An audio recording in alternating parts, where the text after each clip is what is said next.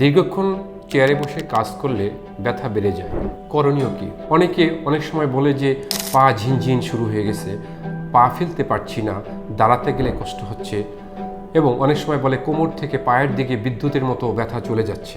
বেশিক্ষণ দাঁড়িয়েও থাকা যায় না, বসে থাকা যায় না, অথবা হাঁটাহাঁটিও করা যায় না।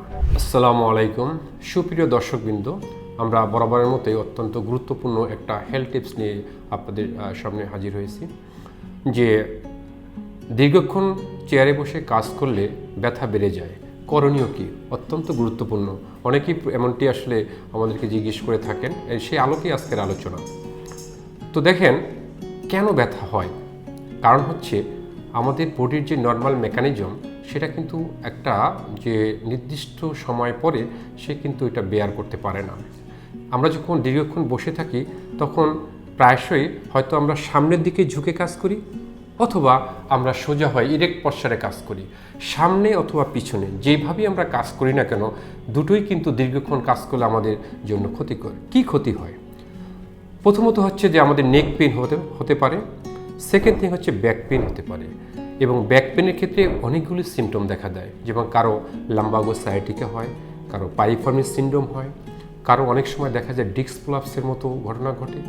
ঠিক আবার ঘাড়ের ক্ষেত্রে এমনটি হয়ে থাকে, মাসেল কখনো স্ট্রেইন হয়ে যায় ওভার স্ট্রেচের কারণে, কখনো দেখা যায় লিগামেন্ট স্ট্রেইন হয় লং টাইমে।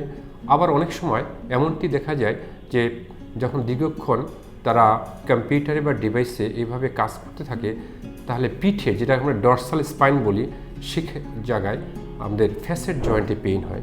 This is all are the actually mechanical pain. এবং আজকে সেটাই আমাদের প্রতিপাদ্য বিষয়, যে মেকানিক্যাল পেইন আমাদেরকে আসলে আমাদের কাজের কিভাবে আসলে দীর্ঘক্ষণ কাজ করলে আমাদের বডির যে মাসেলস, লিগামেন্ট এবং ডিস্ক এবং নার্ভ তাকে কিভাবে প্রভাবিত করে। আমরা যখন প্রথমত দীর্ঘক্ষণ বসে থাকি তখন যে নার্ভগুলি আমাদের রয়েছে বডিতে, সেগুলোতে প্রেশার পড়ে। যখন প্রেশার পড়ে, যদি কোমরে এমনটি হয়, তাহলে সেক্ষেত্রে প্রথমে দেখা যায় ঝিনঝিন হয়, অবশ হয়, কখনো কখনো দেখা যায় মাসেলগুলি খুব দুর্বল হয়ে যায়। এবং অনেকে অনেক সময় বলে যে পা ঝিনঝিন শুরু হয়ে গেছে, পা ফেলতে পারছি না, দাঁড়াতে গেলে কষ্ট হচ্ছে, এবং অনেক সময় বলে কোমর থেকে পায়ের দিকে বিদ্যুতের মতো ব্যথা চলে যাচ্ছে। সকালবেলা যখন পা ফেলতে যায় তখন বলে যে প্রথমত পা ফেলতে পারি না, কিন্তু একটু হাঁটাহাঁটি করার পরে কিছুটা হালকা হয়। বাট বেশিক্ষণ দাঁড়িয়েও থাকা যায় না, বসে থাকা যায় না, অথবা হাঁটাহাঁটিও করা যায় না। এমনটি কিন্তু হওয়ার মূল কারণ হচ্ছে যখন নার্ভে কম্প্রেশন হয়। ঠিক একইভাবে আমরা যখন দীর্ঘক্ষণ কাজ করি তখন আমাদের যে জিনিসটা হয় সেটা হচ্ছে যে ডরসাল স্পাইন বা পিঠ যেটাকে আমরা বলি, সেখানে কিছু ফ্যাসেট জয়েন্ট আছে, ছোট ছোট জয়েন্ট, ওগুলাতে কিন্তু বারবার ওয়ারিং অ্যান্ড টেয়ারিং কারণে পেইনফুল কন্ডিশন সৃষ্টি করে। পেশেন্ট অনেক সময় ব্যথায় এমনটি হয় যে দীর্ঘক্ষণ কাজ করার পরে অনেক সময় সোজা হয়ে বসতে পর্যন্ত পারে না। ঠিক একইভাবে আমরা যখন দীর্ঘক্ষণ এভাবে কাজ করি, অনেক সময় ঘাড়ের মাসেলগুলো স্ট্রেইন হয়, আসলে ইনজুরি অফ দ্য মাসেল হয়, অনেক সময় লিগামেন্ট স্ট্রেইন হয়। লিগামেন্ট যখন স্ট্রেইন হয় তখন কিন্তু যেটা হয় প্রচণ্ড পেইন হয়, এবং কখনো কখনো অনেক সময় দেখা যায় যে ডিস্ক প্রলাপসের মতো ঘটনা ঘটে। তখন দেখা যায় এই ঘাড় থেকে হাতের দিকে ঝিনঝিন, অবশ ভারবার হয়। অনেকেই বলে যে একটি গ্লাস পর্যন্ত আমরা ধরতে পারি না। এই যে ঘটনাগুলি ঘটছে, এটার মূল কারণ হচ্ছে যে আমরা দীর্ঘক্ষণ কাজ করি বসে। তাহলে উত্তরণের ওয়ে কি? উত্তরণের ওয়ে প্রথমত যদি আমরা বলি, আমাদের খুব সহজে প্রথম রেমেডিটা হয়তো ঘরে বসে অনেকে চেষ্টা করতে পারেন। যেমন যখনই এরকম ঘটনা ঘটে, আপনারা বসার স্থলে দীর্ঘক্ষণ না বসে সেখানে প্রতি 30 মিনিট পর পর আপনি একটু আপনার সিট থেকে একটু দাঁড়াতে পারেন 1 বা 2 মিনিটের জন্য। যদি সম্ভব হয় রুমের ভিতরে 1 বা 2 মিনিট হাঁটাহাঁটি করতে পারেন। আর যদি বেশি পারা যায়, ওয়েল অ্যান্ড গুড। ঠিক 30 মিনিটসের পরে, 30 মিনিটের পরে আবার বসে কাজ করুন। তবে এখানে একটি শর্ত, যে আপনি যখন কাজ করবেন তখন একেবারে সোজা হয়ে কাজ করা যাবে না, আবার খুব বাঁকা হয়ে কাজ করা যাবে না। এটাকে আমরা বলি সামনের দিকে যে ঝোঁকার পরিমাণ, সেটা অবশ্যই হতে হবে 30 ডিগ্রি। অর্থাৎ আমি এই যে সোজা আছি তার থেকে this is 30 degree, just like this. এইভাবে কাজ করাতে পারে। কিন্তু অনেকে এইভাবে কাজ করে, ঝুঁকে কাজ করে, বা অনেকে এইভাবে কাজ করে, বা টুইস্টিংয়ে কাজ করে। অনেক সময় এই যে টুইস্টিং মুভমেন্টে অনেক সময় আমরা দেখি যে অনেক ওভার স্ট্রেচিংয়ের জন্য অনেক সময় পেইন হয়। তো এই ছিল মোটামুটি আমাদের যে বসার কারণে যে পেইন। এখন উত্তরণের ওয়েটা কি? উত্তরণের ওয়ে হচ্ছে যে অবশ্যই যদি এমনটি হয় মানে সাময়িক ব্যথা, প্রথম ব্যথার যদি আপনার হয়, বাসায় আপনি কোল্ড বা আইস প্যাক ইউজ করতে পারেন প্রতিদিন 3 থেকে 4 বার, প্রতিবার 10 থেকে 15 মিনিট।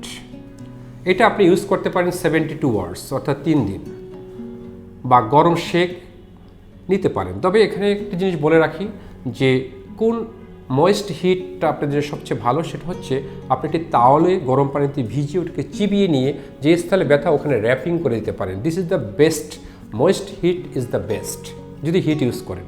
সম্ভব হলে moist heat as well as আপনি আইসিং ইউজ করতে পারেন। এটা আপনাকে বলি কন্টাস বাথ, এটা সবচেয়ে ভালো যদি সম্ভব হয়।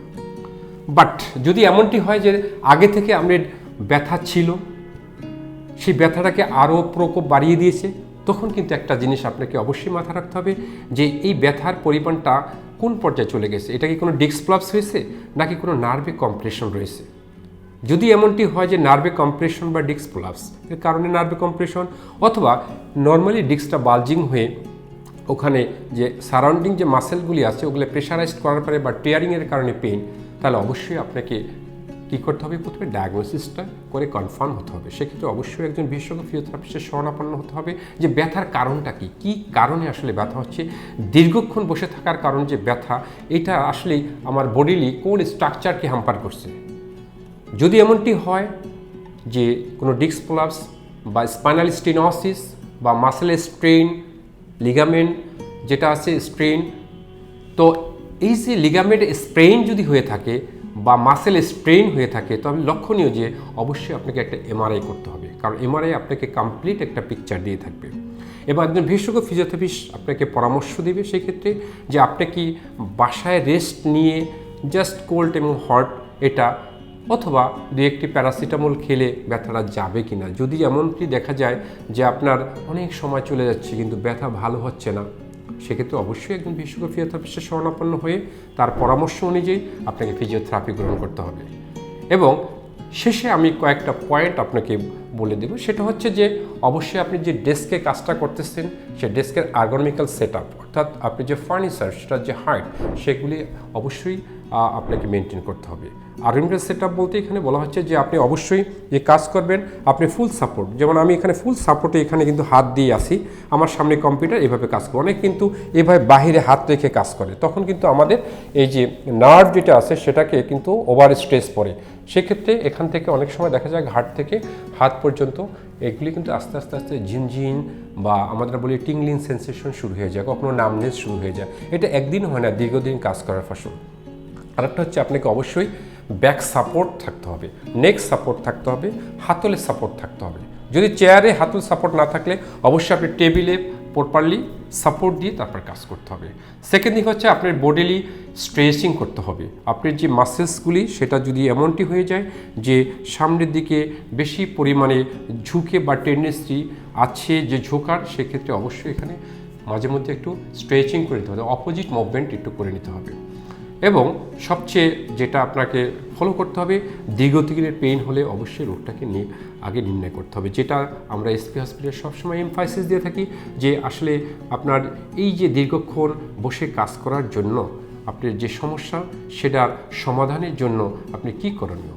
যদি মেকানিক্যাল পেইন যে এভাবে হয়ে থাকে সাধারণত, কারণ আমরা আজকে যে আলোচনাটা করেছি পুরোটাই হচ্ছে মেকানিক্যাল পেইন, যে আপনি নর্মালি কাজ করতেছেন, আগে কোনো ডিজিজ ছিল না, কোনো প্যাথোলজি ছিল না, বাট ডেভেলপড হয়েছে, এক্ষেত্রে ফিজিওথেরাপি হচ্ছে একমাত্র রেমেডি। তো আপনার সবাই এরকম যদি কোনো সমস্যা পড়ে দীর্ঘক্ষণ ডেস্কে কাজ করার জন্য, সাধারণত ইয়াং অ্যাডাল্টটা বেশি কাজ এনার্জেটিক যারা, তারাই কিন্তু এই সমস্যায় বেশি ভুগে থাকে, যেটা আমি প্রায় বলে থাকি যে ফ্যাসেট জয়েন্টে পেন, নেক পেন এবং লো ব্যাক পেন, যেটা আসলে তাদেরকে খুব কষ্ট দেয় এবং প্রোডাক্টিভ লাইফটাকে হ্যাম্পার করে।